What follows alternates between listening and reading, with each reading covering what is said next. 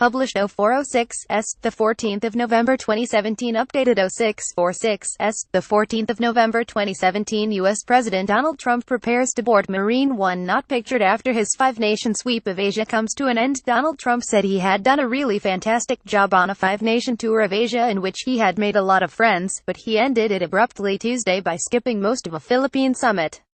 The U.S. president, who began his journey in Japan 12 days ago, said his trip had seen progress in his goal of narrowing America's trade deficits.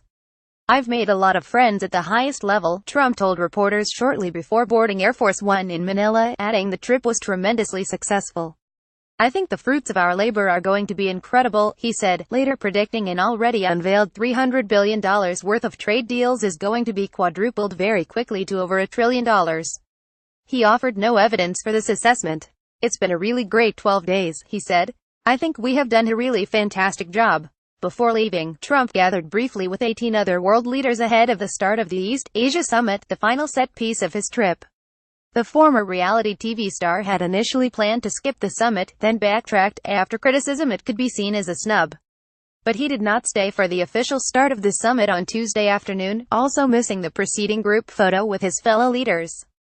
Secretary of State Rex Tillerson sat in for him at the summit, which was scheduled to run into the evening.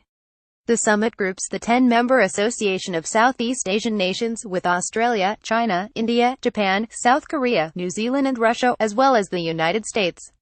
Pomp and pageantry in a trip that was dominated by the North Korean nuclear crisis, Trump was treated to pomp and pageantry in Japan and South Korea, where he repeatedly blasted the regime of Kim Jong-un. Aboard Air Force One, he claimed success in terms of North Korea and getting everybody together. "I think their acts are all together." In China, where President Xi Jinping rolled out the red carpet for a state visit plus a welcome, Trump declared people really have never seen anything like the White House trumpeted more than $250 billion of trade deals. Analysts say the headline figure hides a paucity of deliverables, with lots of the agreements being non-binding memorandums of understanding. They say many will take years to yield results, and some will never materialize. En route to Hawaii, however, Trump was bullish, predicting a rapid closing of American trade deficits. "I think one of the things we really accomplished big is relationship, and also letting people know that from now on, things are going to be reciprocal," he said. "We can't have trade deficits of $30, $40, $50 billion, $300 billion in the case of China.